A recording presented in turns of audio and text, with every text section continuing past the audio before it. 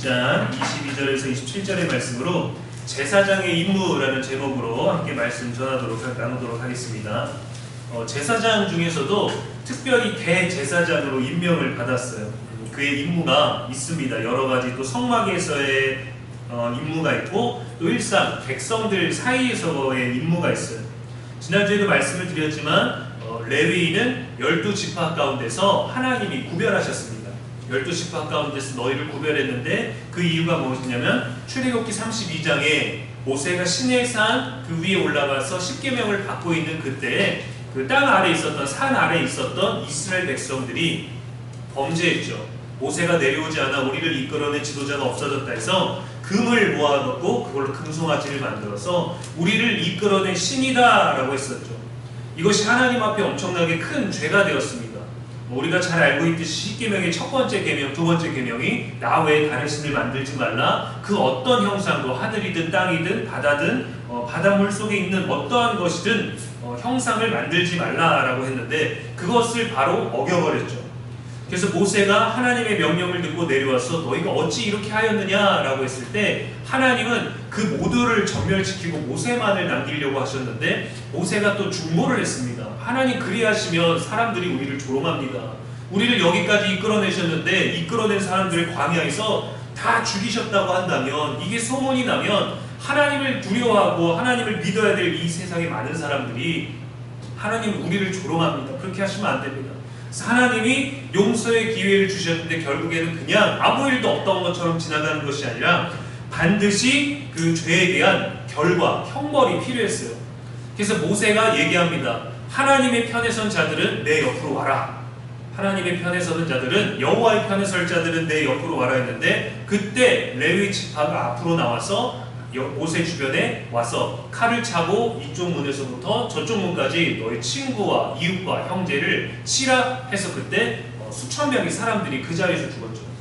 그때 하나님께 충성했던 레위 족속이 하나님이 구별한 족속이 되어서 칼을 차고 이제는 사람을 죽였던 그때 지금은 칼을 차고 제물을 하나님께 드림으로 인해서 하나님의 기업, 하나님이 기업이 되시는 족속, 또 하나님의 기업으로 되는 족속, 또 그래서 12지파, 나머지 11지파 가운데서 요셉의 아들 두 아들이 2지파로 들어와서 총 13지파가 되는 거죠. 레위지파는 따로 구별을 해서 그래서 그는 하나님을 섬기는 기업, 하나님을 섬기는 족속으로 구별하시고 12지파가 이제 하나님과 그 하나님의 기업된 제사장 가문을 섬기는 것으로 이제 그 나라의 공동체, 조직을 하나님께서 만드셨습니다. 그의 일상, 제사장들의 일상에 있어서는 제가 10가지 정도 임무를 말씀드릴 건데 임무라는 단어가 맡은 일입니다. 맡은 일, 내가 맡은 일, 그리고 내게 맡겨진 일이라고 할 때 임무라고 해요. 제사장에게는 그냥 단순히 자기들이 하고 싶다가 아니라 하나님이 그들에게 구별하셔서 주신 임무가 있습니다. 너희들만이 할 수 있고 너희가 해야 되는데 그냥 대충 하는 게 아니라 잘못하면 죽어요. 죽습니다. 우리가 아버지 역할 잘 못했다고 죽지 않잖아요. 자녀가 조금 효도하지 못했다고 죽지 않잖아요.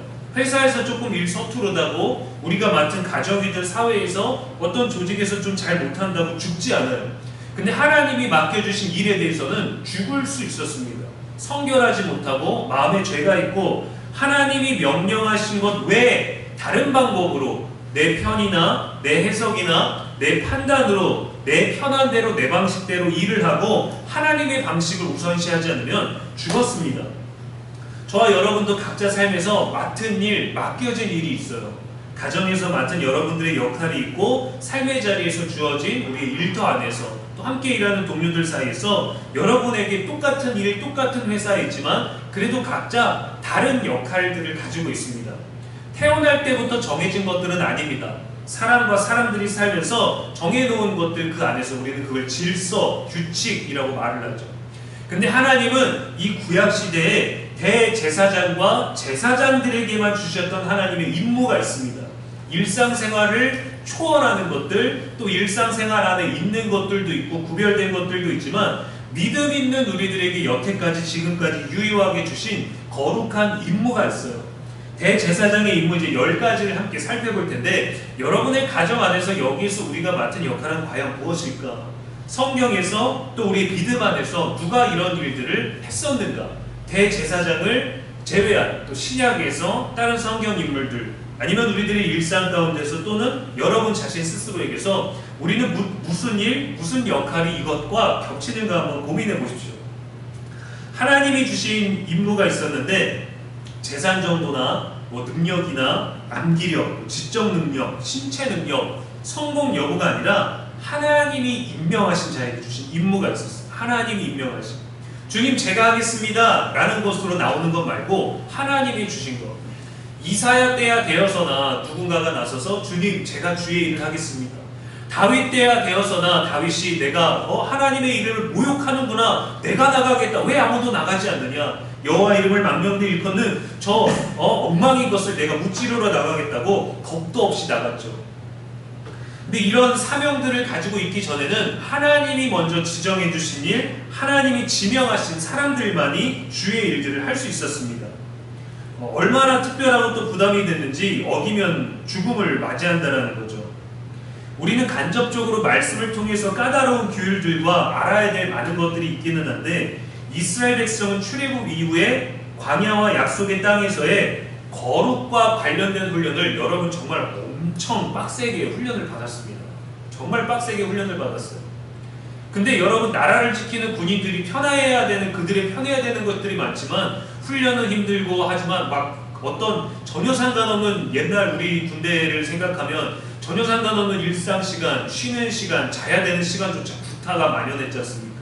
모욕과 또 잠 못 자는 고문들이 있는데 훈련과는 아무런 관련이 없던 것들이 너무 많았어요. 근데 훈련과 관련된 것들은 저는 정말 엄격하고 아주 정말 힘들게 해야 된다고 저는 생각해요.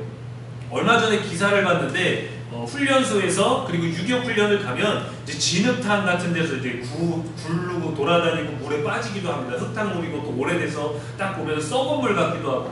왜냐면 우리는 지금 너무 좋은 시설, 편의시설에 살고 있어서 뭐 온천수, 무슨 물, 뭐 미네랄 워터 해갖고 뭐 병이 나는 물 들어가서 때를 안 밀어도 깨끗해지는 그런 물들 가운데 살고 있는데 군대 가서 훈련장 가면은 낙엽을 걷어야 물이 보여요. 아무것도 없는 줄 알았는데 낙엽을 걷으면 물이 나오는데 그 물이 우리가 흔히 볼 수 있는 흙탕물인데도 그냥 저기 들어가면 막 병 걸릴 것 같은 물들이 많거든요.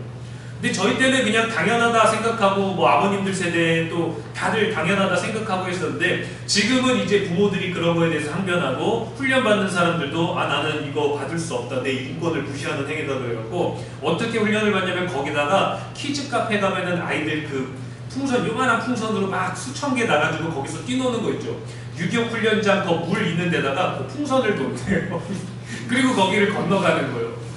다 이렇게 산악으로 돼 있고 푸른 초량으로 돼 있고 뭐 산과 위장해야 될 낙엽들 그런 것들이 많이 떨어져 있는데 거기에서 군인이 유격복을 쓰고 군복을 입고 거기를 건너는데 거기는 이제 아이들 놀고 있는 키즈 카페에 있는 뭐 분홍색, 하늘색, 노란색, 빨간색, 주황색 풍선들인데 거기를 건너가면서 야 내가 전투 현장에 가면 이런 상황일까? 저는 잘 감이 안 올 것 같아요.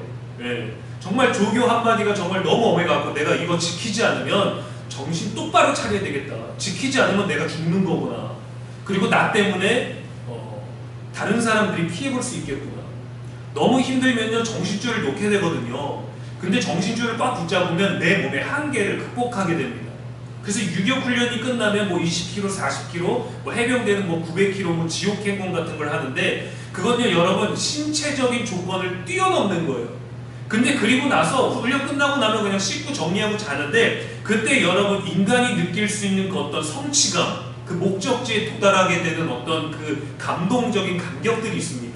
그리고 이게 나 혼자가 아니라 엄청나게 많은 수백 명의 사람이 줄지어 가기 때문에 내가 나라를 지키는 방법, 내가 총을 메고 20km 행군을 메고 발이 부르타고 양말 2개를 신고 물집이 잡혀서 더 이상 걸을 수도 없지만 때로는 뭐 활동하라 그래서 그냥 일반 운동화로 바꿔신기도 하고 나는 걷는 거 너무 싫어서 일부러 기절해갖고 응급차 타고 가기도 하고 불쌍한 척하고 뭐 엄마한테 일을 우리 아빠가 누군지 아세요 해갖고 중대장님 차, 대대장님 차 타고 가는 사람들도 있지만 훨씬 더 많은 대부분의 사람들이 끝까지 앞뒤의 전후를 생각하면서 걸어갑니다.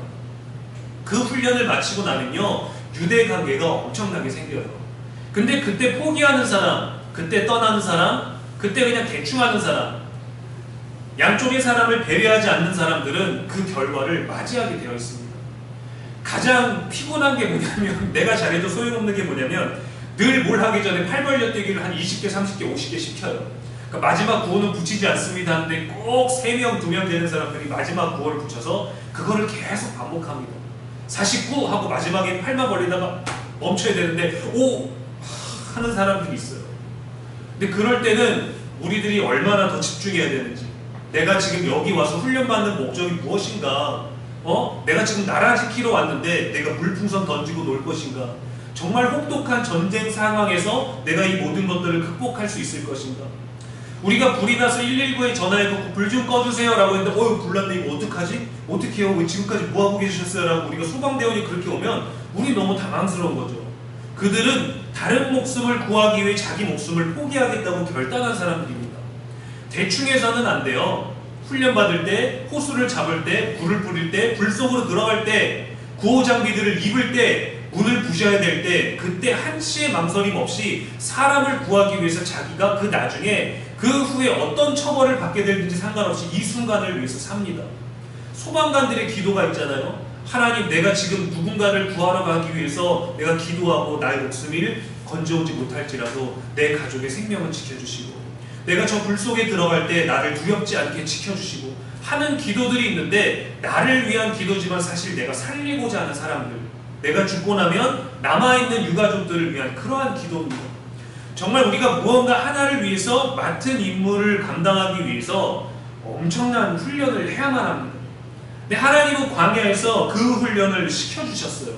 엄청 까다롭고 살벌한 교육을 받았는데도 불구하고, 40년을 그 훈련을 받았는데도 불구하고 약속의 땅에 들어가서 새로운 세대가 바뀌고 나니까 우상숭배에 빠지고 하나님을 버리고 거룩을 버리기 일쑤였습니다. 그래서 우리가 늘 말씀과 기도 안에서 살아가야 되는 이유가 바로 예배이고 또 기도입니다. 찬양입니다, 여러분. 그냥 이 하나님을 믿는다는 것, 오늘 목사님 말씀처럼 우리가 구원과 함께 나란히 가는 그 믿음을 가진다라는 건요, 단순하게 그냥 얻어지는 게 아니라 정말 믿음도 훈련이 필요합니다. 수요 기도회 때마다 우리가 욥기를 나누고 있지만 고난 가운데서도 믿음을 지킨다는 건요, 여러분 정말 어려운 거예요. 고난을 전제로 하고 믿는다는 건 정말 서러울 수도 있는 겁니다. 그럼에도 불구하고 그것보다 더 뛰어난 혹독한 훈련을 통해서 믿음이 얼마나 더 위대한가를 우리가 경험할 수 있어야 되는 거예요. 단순히 비가 오면 교회 안 오고, 또 기분이 안 좋아서 교회 안 오고, 그런 경우 청년들 또 어린 친구들 많거든요. 그만큼 우리의 믿음에 대한 기대가 많기 때문에, 근데 그 믿음을 지키기 위한 혹독한 훈련 없이 내 방식대로 편한 대로 믿으려고 하니까 오늘은 좀 쉬면 또 괜찮고, 오늘은 또 기분 안 좋으니까 장마니까 한 달 동안 못 나가요 라고 예고 전화를 하시는 성도님들도 있었어요. 6월 28일부터 7월 30일까지 장마래요. 나 한 달간은 집에서 예배 드릴 테니까 그렇게 하십시오 하고 선전포고를 하시는 분들 계세요. 그러니까 교회 안 나올 거니까 목사님 미리 알고 계십시오라고 해주시는 거죠. 이거를 고마워해야 되는지 아니면 다독여야 되는지 참 고민이 될 때가 많지만, 여러분 믿음도 훈련이 필요합니다. 단순히 내가 좋아서 믿는 게 아니라 내가 이 믿음을 통해서 무엇을 얻을 것인가에 대한 목적성이 필요해요. 근데 이 믿음을 위해서 하나님이 우리들에게 맡겨주신 일이 있다는 거죠. 여러분도 얼마나 많은 일들을 해오셨습니까? 이 교회 안에서 이 교회가 감당하고 할 수 있는 것보다 얼마나 많은 일들을 해오셨습니까? 얼마나 많은 어르신들을 섬겨오시고, 얼마나 많은 사람들에게 사랑을 베풀어 주시고, 지금은 우리가 조금 연로하고, 지금은 우리가 조금 더 힘들고, 코로나 이전처럼 돌아갈 수 없지만 우리가 그때 할 수 있었던 일들은 최선을 다했어요. 충분합니다. 지금은 여러분들의 믿음과 건강을 지키는 일에 애써야 됩니다. 내가 지금까지 열심히 믿어왔으니까, 내가 몇 년 전에 열심히 섬겼으니까 그것이 우리의 믿음을 대신해 주는 게 아니라 그때 그 믿음으로 섬긴 거예요. 근데 지금은 그 믿음을 지키는 게 중요합니다. 하나님 나라가 우리들에게 올 때까지 이 믿음을 지키는 게 정말 중요해요. 근데 그 일상의 믿음을 지키는 삶 가운데서 이 땅의 존재, 믿음의 존재, 거룩한 존재로서 대제사장, 구약에 너무도 멀리 있고 지금 우리 가운데 있지도 않고 너무도 복잡하고 너무도 무서운, 뭔가 잘못하면 그냥 죽는다라고 하는 이 엄중함 가운데서, 이 지엄함 가운데서 우리는 과연 이 대제사장을 통해 우리 일상에서 무엇을 함께 고민할 수 있을지 함께 나눠보도록 하겠습니다. 대제사장의 임무는요, 성막에서의 일과 깊이 관련이 있습니다. 첫 번째는 번제단에서 백성들을 위해 속죄하는 일이에요. 가장 중요한 일이었습니다. 수송아지와 염소의 피를 취해서 성막에 들어가면 가장 먼저 있는 그 번제단 안에 양쪽 4개 뿔이 있다고 했죠. 이 피를 그 뿔에다가 바릅니다. 그냥 바르는 게 아니라 그냥 막 뿌리는 게 아니라 앞에 가서 올라가서 뭐 동쪽을 향하여 뿌리고 4개의 뿔에다가 찍어서 바르고 손가락으로 7번 뿌리고, 이런 굉장히 하나님이 정해주신 것들이 있어요. 7번 뿌리라고 하는데 8번 뿌리면 안 될까요? 안 될까요? 당연히 안 되죠. 하나님께서 광야에서도 돌을 쳐서 지팡이로 쳐서 물이 나오게 하라 했는데, 모세가 이 백성들이 너무 짜증이 나니까 감정적으로 화가 나서 한 번 칠 걸 2번 쳤더니 그것 때문에 약속의 땅에 들어가지 못했죠. 아니, 그가 수고한 날이, 하나님이 훈련시키신 날이, 준비시키신 날이 80년이 넘도록 있는데도 불구하고 그거 한번 불순종했다고 하나님 거기에 못 들어가는 건 너무 잔인하지 않나요? 그러나 여러분, 그거는 우리가 염려할 문제가 아닙니다. 모세가 2번 두들겨서 하나님이 약속의 땅에 들어가지 못하게 하셨다면, 백성을 대표할 수 있는 그 자격과 순종이 그에게 없었더라면 저와 여러분에게도 작은 실수 하나 때문에 우리가 가야 할 길에서 막힘이 올 수 있다는 거죠. 우리가 감정적으로 행동하고 이럴 때 얼마나 많은가요? 그리고 그 때문에 아쉬워하고 후회하고 미안해하는 감정들이 나중에 올라오지만 이거를 해소할 수 있는 방법이 사실 없잖아요. 그걸 다스렸어야 됐는데, 그러지 말았어야 됐는데 하는 그 후회. 그러나 하나님 앞에서 우리가 늘 고민하면서 순간순간을 살아야 됩니다. 하나님이 내게 말씀하신 게 뭔가, 하나님이 우리들 가정 안에 일터 안에 주신 임무가 무엇인가, 이스라엘의 부정한 것으로부터 성결케 하는 역할이 필요했습니다. 누구나가 사실은 할 수 있어요. 수송아지와 염소의 피를 잡아다가 번제단 뿔에 바르고 손가락으로 찍어서 7번 이렇게 흩뿌리는 거 누구나 할 수 있는 일이지만, 그 일을 성막 안에서 대제사장에게만 하나님이 주신 일입니다. 피의 제사이기 때문이에요. 피는 곧 생명입니다. 생명을 바쳐서 생명을 대신하는 일이기 때문에 대제사장에게 주어졌어요.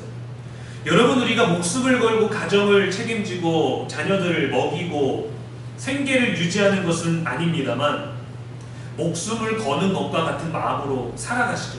자녀들을 위해서, 가정을 위해서 그렇게 일하시잖아요. 여러분, 우리의 정말 부모님의 수고에 대해서 정말 많은 수고입니다라고 말하지 않고 피와 땀이라고 말하지 않습니까? 피를 흘리는 건 우리들에게 뭐 길하다가 다칠 수도 있겠지라고 생각하지만 생명이거든요. 우리 어떤 젊음을 바친 게 아니라 생명을 바치는 겁니다. 여러분 그렇게 헌신하셨고, 하나님은 대제사장에게 모든 백성을 대표해서 그 제사를, 속죄를 하는 일을 맡게 했습니다. 두 번째는 물두멍에서 손과 발을 닦는 일입니다. 대제사장은 먼저 자신부터 정결해야 돼요. 그래서 반드시 물두멍에서 정결케 하는 예식을 행합니다. 우리도 외출 후에 소독하고 씻는 일이 일상이지 않습니까? 그리고 코로나가 지난 다음에는 이제 소독제가 우리 주변에 굉장히 흔해졌죠. 그래서 우리가 늘 손을 정결하게 하더라도 누군가를 만날 때 그 사람 보는 앞에서 우리가 소독제를 바르는 행위를 보여주는 것이 상대방을 위한 배려이자 어떤 예절이 되는 것처럼 그렇게 되어 있습니다. 사람과 사람을 만날 때에도 손발 씻지 않고 악수한다고 하면은 우리 동방예의지국 이 나라에서 그런 것들이 어렵죠. 또 코로나 시절 보내면서 또 기침 예절 같은 게 바뀌었잖아요. 마스크를 쓴다든지 옷소매로 가린다든지 다양한 방법으로 있었는데, 사실은 원래 우리가 이런 위생적인 것들을 했어야 했는데 코로나를 통해서 너무 극단적으로 우리들이 맞이하고 바뀌고 또 극단적으로 또 받아들이는 일들 때문에 너무도 무례하고 불쾌한 것들에 대한 기준이 각박해지기는 했지만, 우리는 여전히 코로나 이후에도 예의를 갖추는 사람들입니다. 우리나라가 특히 더 그렇죠. 하나님을 만나는 데 있어서는 더욱 중요합니다. 사람을 만날 때에도 손을 씻고 깨끗한 옷을 입는데, 하나님을 만나는 데 있어서 그냥 나오면 안 된다는 거죠. 우리에게 생명을 주신 분, 세상을 주신 분, 인생을 주신 분, 내가 살아가는 이유와 목적을 발견하지 못했지만 그것이 내 주변, 내 가족 안에 머물러 있고 내 식구들이 함께 있고 나의 소중한 사람들이 함께 있는데, 이 모든 소중한 것을 허락하신 그 하나님을 향한 우리의 어떤 정결케 되는 그 예식들, 손과 발을 닦는 것들은 더욱더 중요하게 여겼습니다. 우리는 손발을 닦지 않으면 그냥 조금 더러운 상태, 씻지 않은 상태지만 성막에서는 손발을 씻지 않고 들어가면 죽습니다. 세 번째, 떡상에 떡을 진열합니다. 안식일마다 12개의 떡을 진열하는 것도 대제사장의 임무예요. 늘 떡이 구비되어 있어야 됩니다. 진설병을 꼭 하나님 앞에 있게 하라고 하셨어요. 하나님 앞에 있게 하라. 예수 그리스도께서 너희의 생명의 떡이다. 떡은 생명을 위한 양식이고 예수님은 우리의 영적인 양식이 되어주셨죠. 그래서 이스라엘 백성을 영적으로도 육적으로도 부유하게 하는 책임이 제사장에게 주어져 있는 것입니다. 그냥 단순하게 빵을 진열한다, 상 차린다, 뭐 밥을 차린다 생각할 수도 있겠지만 하나님 앞에서는 이 작은 행위도 이제 굉장히 중요한 거였어요. 여러분 가족을 위해서 급할 때 밥 차리지 않잖아요. 늘 밥을 준비해 놓고 먹을 것들을 준비하면서 그것을 함께 나누는 것을 얼마나 귀하게 생각하고 귀한 일입니까? 정말 여러분 귀한 일이에요. 우리는 그냥 수박이 잘 익었네 크네 하면서 먹지만 그것을 자르고 다듬고 또 먹고 나서 그냥 다 사라지면 좋은데 그것을 또 정리하고 씻고 또 제자리에다 놓고 또 그런 살림하는 것들이 얼마나 정성과 노력이 많이 들어가나요? 먹는 건 빨리 한순간에 먹지만 그것을 준비하고 고민하는 손길은 중요한 것이죠. 항상 가족들 앞에 가족들 내 사랑하는 식구들이 먹을 수 있도록 그 어떤 살림의 어떤 양식들이 필요하고 그 양식을 요리해서 준비하는 모든 것들 저와 여러분 일상에서 다들 우리도 하고 있는 것들입니다. 네 번째는 등잔대의 불이 꺼지지 않게 하는 일. 아침 저녁 하루에 2번씩 검사하며 살펴야 되죠. 등대의 불이 꺼지면 안 됩니다. 성도님들 심령에도 성령의 불, 기도의 불이 꺼지지 않았는가 늘 점검해야 되는 거예요. 나만이 아니라 내가 먼저 꺼지지 않아야 되지만 이 거룩한 불씨가 우리 안에 있는 공동체 사람들에게도 꺼지지 않도록 기도하고 훈련해야 되는 겁니다. 가족들에게도 마찬가지죠. 또 우리가 불이 꺼지지 않는다는 건 거기에는 사람이 있다는 거거든요. 성막 안에 불이 꺼지지 않는다는 건 사람은 잠들고 사람은 밖에 나가 있을 수도 있지만 하나님은 늘 그곳에 계시다라는 것을 상징적으로 얘기해 줍니다. 우리도 집에 있을 때 낮에 전기세 아낀다, 햇빛으로 충분하다 할 때는 불을 안 켜지만 어두운 밤에 집에 있는데 불을 끄는 건 굉장히 마음에 뭔가 우울한 일이 있다던가 다른 무엇 이유가 있는 거죠. 사람이 있으면 불을 켜놓습니다. 누군가 있다라는 것이고 누군가 있는 것처럼 불도 꺼지고 아무도 없을 때 불 꺼진 집에 조용히 들어오면 좀 뭔가 외로움, 허전함, 공허함들을 우리들이 느낄 때가 있지 않습니까? 그래서 사람이 있는 집에는 사람이 살고 있는 그 생기를 위해서 불이 늘 꺼져 있죠. 집안에 누군가를 지키고 있다는 것, 꺼지지 않고 또 하나님이 이 안에 계시다라는 것. 여러분 제사장이 이 일을 감당했습니다. 그 있는 거룩한 공간에 불이 꺼지지 않도록 하는 것. 다섯 번째는 분향단에 향을 피우는 일입니다. 향도 끊이지 않게 해야 되죠. 기도가 끊어지면 안 됩니다. 매일매일 기도하셔야 됩니다. 여러분. 영적 호흡이 멈추면 안 됩니다. 백성을 위한 중보를 늘 했다라는 거예요. 여러분도 자녀를 위해서, 여러분의 가족을 위해서, 일터를 위해서 일하시잖아요. 기도하시잖아요. 그것을 위해서 잘 되기를, 건강하기를, 행복하기를, 문제 없기를, 걱정이 없기를, 큰 어려움이 없기를 늘 기도하는 것처럼 우리도 그렇게 모두를 위해서 기도해야 되고 예수님은 또 모세와 같이 구약의 모세와 같이 우리와 하나님 사이의 중보자가 되어주셨습니다. 저와 여러분도 가정 안에서 우리의 자녀와 사랑하는 모든 사람들을 위해서 하나님과의 호흡이 끊어지지 않도록 철저하게 점검하면서 기도해야 되는 것이죠. 여섯 번째는 지성소에서 속죄하는 일입니다. 여기는 대제사장만 7월 10일 대속죄일 1년에 한 번만 들어갈 수 있는 지극히 거룩한 곳이었죠. 피 없이는 들어가지를 못합니다. 왜냐하면 여기에서 있는 걸로 생명을 모든 죄와 생명을 대신하는 거예요. 지성소의 짐승의 피를 가지고 들어가서 속죄소 동쪽, 그러니까 들어온 문이 있는 분향단이 있는 그쪽에 자신이 서 있는 자리에다가 뿌리고 속죄소 앞에서도 또 7번을 뿌렸습니다. 대표로 대제사장이 하나님 앞에 대표로 나아가서 이스라엘 모든 백성들의 죄를 속죄하는 겁니다. 대제사장이 정결하지 못하면 이들을 대표했기 때문에 자기가 정결하지 못하면 죽는 거예요. 우리도 밖에 나갈 때 아이들에게 더욱더 좋은 것으로 자녀들에게 남편이나 아내, 우리들을 사랑하는 식구들이 무언가를 나갈 때 깨끗하고 깔끔하고 좋은 곳으로 가게 하는 이유는 우리 가족을 대표하는 것이기 때문입니다. 대표하는 것이죠. 우리 부모님이 너를 얼마나 사랑하고 있는지, 또 우리가 너를 사랑하고 또 내가 존경하고 있는 모든 것들을 표현하는 게 밖에서 사람들에게 보여지는 것까지 신경 쓰는 것, 우리들의 일상에서도 비슷하죠. 하나님께 나아가는 대표성을 띈 대제사장은 실수가 없어야 되고, 가장 중요한 것은 하나님이 10가지를 말씀하시면 10가지를 그대로 지켜야 됐습니다. 내가 더 좋은 것 갖고 가야지. 이미 하나님이 그 당시에 구할 수도 없는 정말 너무도 희귀하고 좋은 것으로, 가치 있는 것으로 준비하고, 이 제사장의 복장도 12개의 보석과 금으로 깬 실과 정교하게 만든 것들을 입고 가게 하셨거든요. 하나님이 말씀하신 대로 해야 됐습니다. 중요한 일이 뭐냐면, 뜰로 나와서 염소 1마리, 염소 2마리가 있는데 하나는 제사를 드리고 하나는 살려놔요. 그럼 제사가 끝날 때쯤에 살아있는 염소가 있는데, 그 염소 머리에다가 손을 얹고 우리들의 모든 백성의 죄를 전가시킵니다. 그 염소에게 죄를 전가시켜요. 네가 다 가져가. 예수님께서 우리의 모든 죄를 가져가신 것처럼, 예수님은 한 번에 영원히 가져가셨지만 염소는 매년 대속죄일마다 한 아주 흠없는 그 염소에게 죄를 전가시키고 얘를 광야로 내보내버립니다. 이 죄를 우리한테서 떠나보내는 거예요. 그걸 아사셀의 염소라고 하는데, 아사셀이 뭐냐면 떠나보내다, 보내버리다라는 뜻이거든요. 근데 우리는 보낸다라는 의미지만 더 정확한 의미는 버린다예요. 버린다. 우리 죄를 전가시켜서 염소가 죄를 가지고, 아사셀 염소가 광야로 나가면 목말라 죽거나 굶어 죽거나 낭떠러지에서 떨어져 죽어요. 반드시 죽음이 옵니다. 근데 그거를 죽게 하는 게 하나님이 원하시는 방법이었어요. 왜냐면 죄의 결과는 죽음이기 때문에 죽음으로 해결해야 되는데, 사람을 매년마다 죽일 수 없으니까 흠없는 염소 1마리를 아사셀의 염소로 보내서 이렇게 해결을 하는 겁니다. 1년에 한 번씩 대속죄를 이렇게 한 번씩 해야겠죠. 예수님께서는 모든 것을 해결해 주셔서 십자가의 달리심으로 말미암아 우리는 이제 1년에 한 번 이 대속죄를 지키지 않아도 돼요. 그러나 매일마다 우리는 하나님께 믿음의 예배를 드려야 되는 것이죠. 방법과 모양이 바뀐 것이지 안 해도 된다가 아닙니다.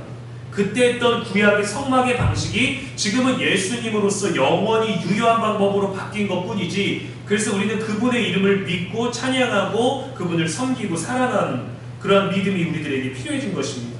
이 책임이 대제사장에게, 이 제사의 희생제사에 관련된 모든 것들이 중재자가 대제사장이 가지고 있고, 신약에서는 예수님이 그 제물 자체가 되셨고, 우리는 이제 대제사장의 역할을 감당하면서 우리 가족을 대신해서, 가족을 대표해서 또 그들의 거룩성을 위해, 정결함을 위해, 우리의 하나님의 용서하심을 위해서, 회개를 위해 예배하고 중보하고 기도해야 되는 것이죠.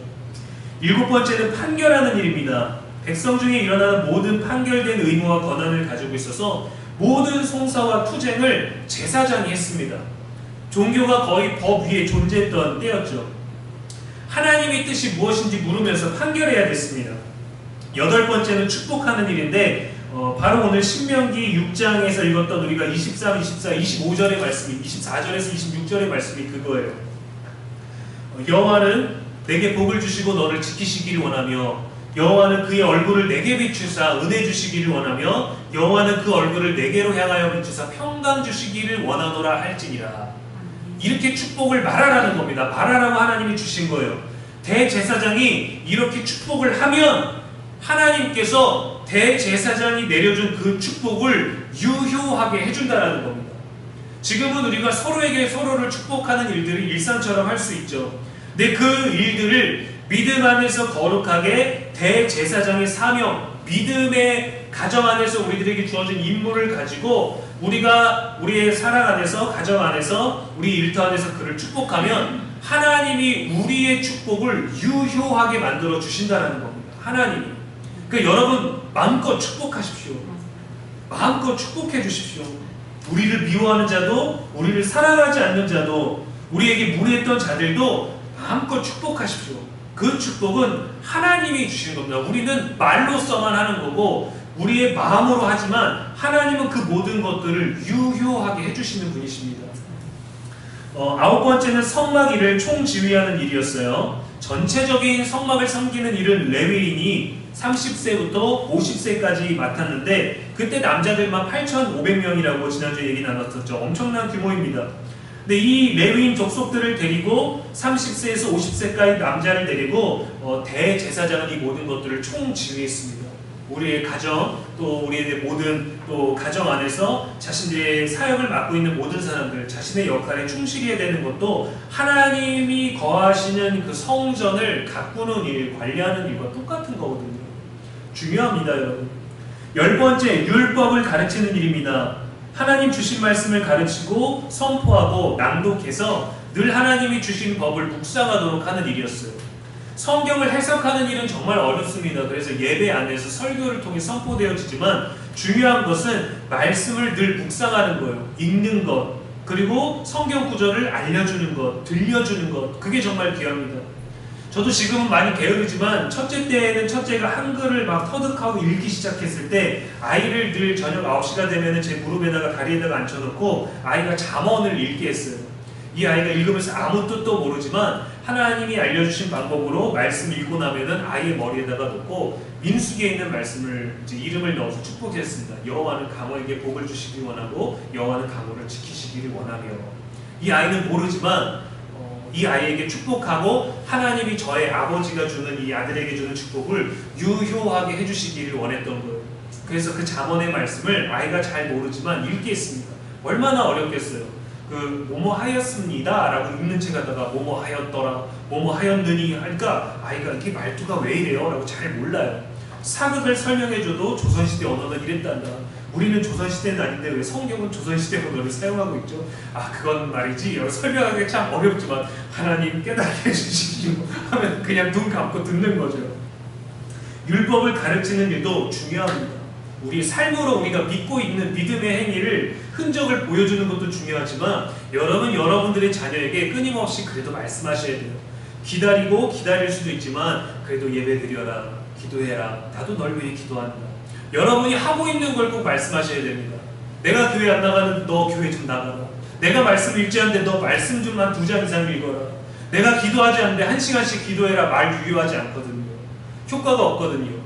우리에게, 부모에게, 또 사랑하는 사람들에게 주어진 일, 자녀를 가르치는 일, 좋은 학원, 비싼 학원, 많은 학원 보내는 것도 중요하지만 생명을 주신 분에게 그분의 가르침을 알게 하는 것 정말 중요한 것입니다.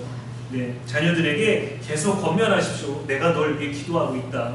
너도 기도해라. 내가 널 위해 말씀을 열심히 읽는다. 시간 나면 말씀을 읽어라. 하나님이 레위인을 구별하시고 아론의 가문을 특별히 대제사장 가문으로 또 구별하셨습니다. 그리고 저와 여러분도 구별하셨어요. 베드로전서 2장 9절에 보면 그러나 너희는 택하신 족속이요 왕같은 제사장들이요 거룩한 나라요 그의 소유가 된 백성이니 이는 너희를 어두운 데서 불러내어 그의 기이한 빛에 들어가게 하신 이의 아름다운 덕을 선포하게 하려 하심이라.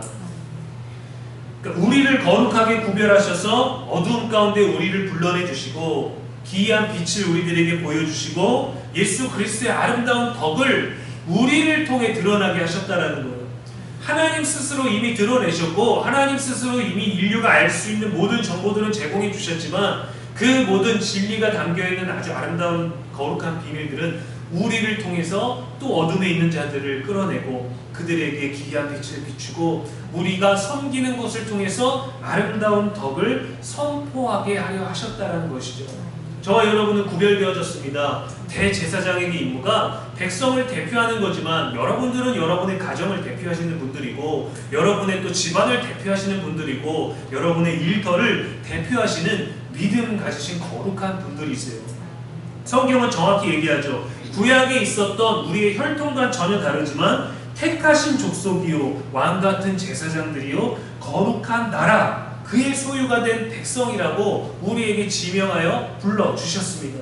우리를 구별하셨기 때문에 우리가 생계나 일터 안에서 있는 일상뿐만이 아니라 믿음 안에서 우리들에게 맡겨진 일, 맡겨진 임무가 우리 안에 있다는 겁니다. 일상을 살면서 레위인처럼 차라리 저같이 목회자처럼 믿음의 일을 할 수 있도록 믿음의 일에만 전념하게 했다면 누구나 그렇게 열심히 믿겠다라고 할 수 있겠죠. 그러나 그에게 주어진 사명과 우리들에게 주어진 사명, 각자에게 맡겨진 일은 다른 것입니다. 크고 작은 것이 중요한 것이 아니라 하나님이 우리들에게 맡겨주신 일을 그대로 말씀대로 잘 하는 것이 중요한 것이죠.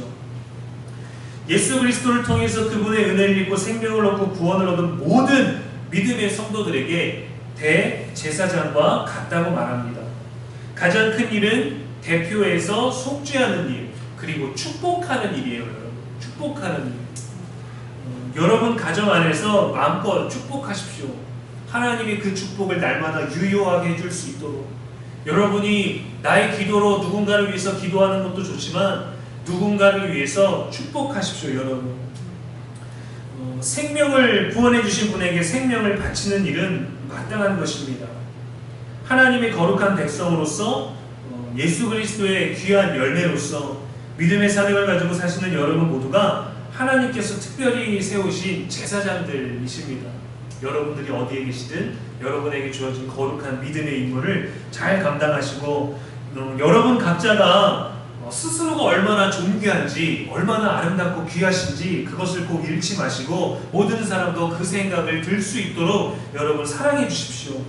이 믿음의 공동체 안에서 또 무엇보다 하나님 안에서 이 아름다운 진리 여러분의 존재를 발견하시고 확신하시고 이 땅 가운데서 주어진 거룩한 임무를 지혜롭게 매일마다 잘 감당하시는 저와 여러분 모두가 되기를 주님의 이름으로 축복합니다.